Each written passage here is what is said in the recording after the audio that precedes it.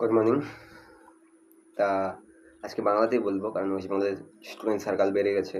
ওরা মেল করছে যে দাদা বাংলাতে বলো, সমস্যা হচ্ছে হিন্দি ওদের বুঝতে।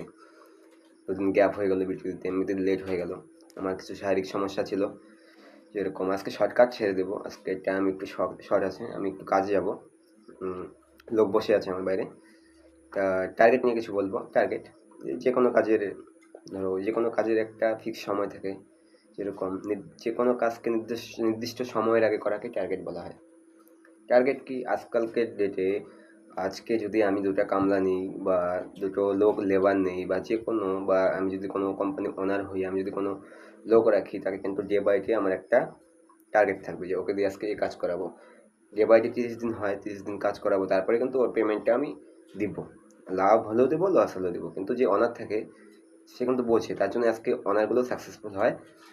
আর যারা মানুষের আন্ডারে কাজ করে, যেরকম চাকরি হতে পারে, জব আর কি, তাদের কোনো টার্গেট থাকে না। বস যা অর্ডার করে তাই করে। যেরকম জব, প্রথমে বলছি জবের দুটা ফুল ফর্ম হয়, join other business and use of the board. আজকে ওয়েস্ট বেঙ্গলের যে এনভায়রনমেন্ট, ওরা বলে ছেলে বড় হবে চাকরি চাকরি, একটা চাকরির ভূত ধরে গেছে সবার ভিতরে। চাকরির একটা ভূত ধরে গেছে। ওটা তার এনভায়রনমেন্ট, তার বাবা মা, পরিবার, ফ্রেন্ড সার্কেল, সবাই মনে করে চাকরি পেলে সাকসেস। Success no, impossible. চাকরি, জব কোনোদিনও তোমাদের সাকসেস হতে দিতে পারে না। কারণ চাকরিতে কী কী সমস্যা হয় সবাই জানে, একটা 5 বছরের বাচ্চাও জানে। যে এডুকেটেড আর যে নন এডুকেটেড, ডিগ্রির কোনো ম্যাটার নেই। আগেই বলেছিলাম এডুকেটেড একটা আলাদা জিনিস। এডুকেশন নিলে এডুকেটেড হওয়া যায় না। এডুকেটেড একটা আউট নলেজ, পার্সোনালিটি, ওগুলোকে নিয়ে বেশি কথা বলবো না। যেরকম জবে ফিক্সড টাইম থাকে, ফিক্সড স্যালারি থাকে, তারপরে নো রেসপেক্ট তোমাকে দিতে হবে মানুষকে। তোমার জুনিয়ররা রেসপেক্ট করবে, কিন্তু 100% লোক তোমাকে রেসপেক্ট করবে না।